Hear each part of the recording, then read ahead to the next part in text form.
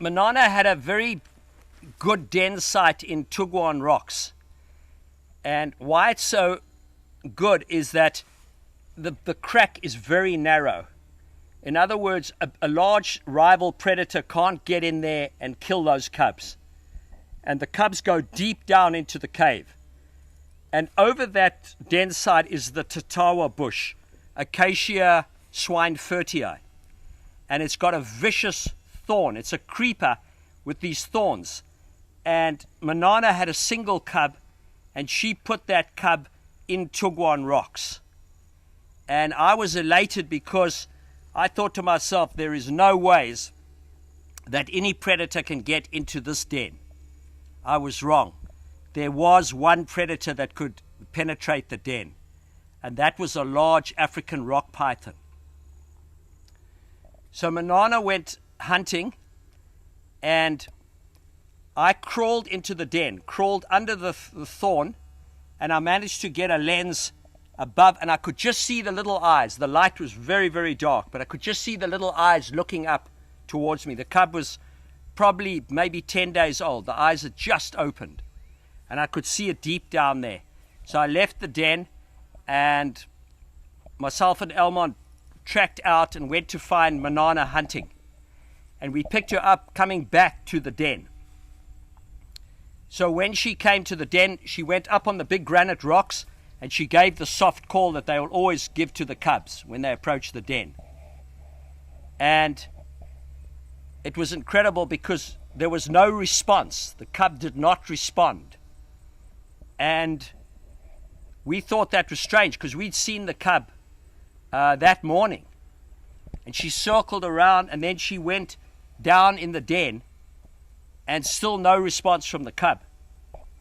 So where could this cub be? Then she started to circle the big outcrop of rocks, and we found this large python, and in the python's stomach was this bulge. And then it became obvious to us and to her that the python had eaten the little cub. But the python was very clever. It was back in a cave, and Manana couldn't get behind it. So she went in and she tried to hit it 3 or 4 times, and she in fact hit the python on the neck and drew some blood there. But the python just backed up against the rocks, and that just defended itself there. And so this shows the intelligence. It was very, very clever what she did.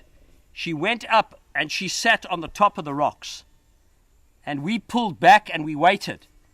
And she waited there for 3-4 hours. I actually had to sleep, I remember. And then the python thought the coast was clear, and it came out of the cave, and it started to move away through the bush. And still she didn't attack. She let it get clear of the big rocky outcrop. She let it get into some open country, and then she went after it.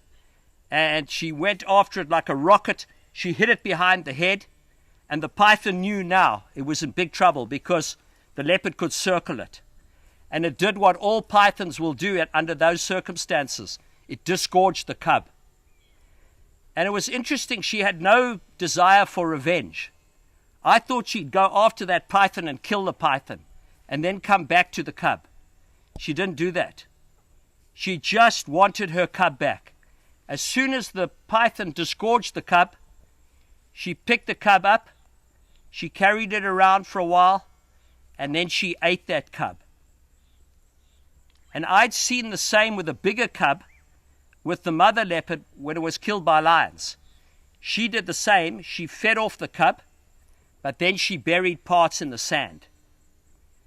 Now, on both those occasions with Manana and the mother leopard, there was a huge amount of emotion involved. You could see the look on her face, distressed. I didn't want to go too close. The time I went too close with the mother, she charged me. There was a lot of distress. When she'd finished the little cub, she stood there calling for the cub. So she knows it's gone, but she starts calling. She stays around the den for 3 days.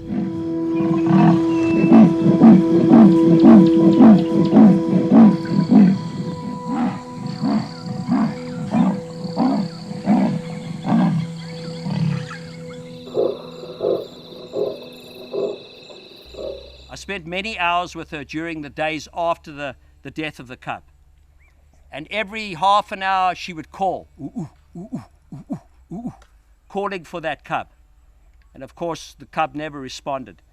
3 days later, she finally left the area. So I've seen a burial with the mother.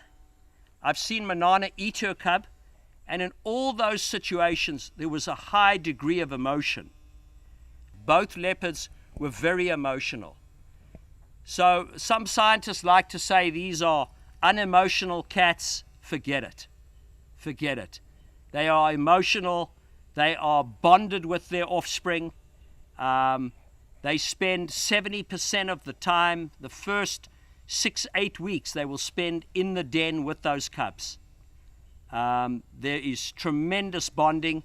And if a cub is lost to a rival predator or a python or an eagle or whatever, there is a great sense of loss in those leopards. And I saw it there clearly with Manana.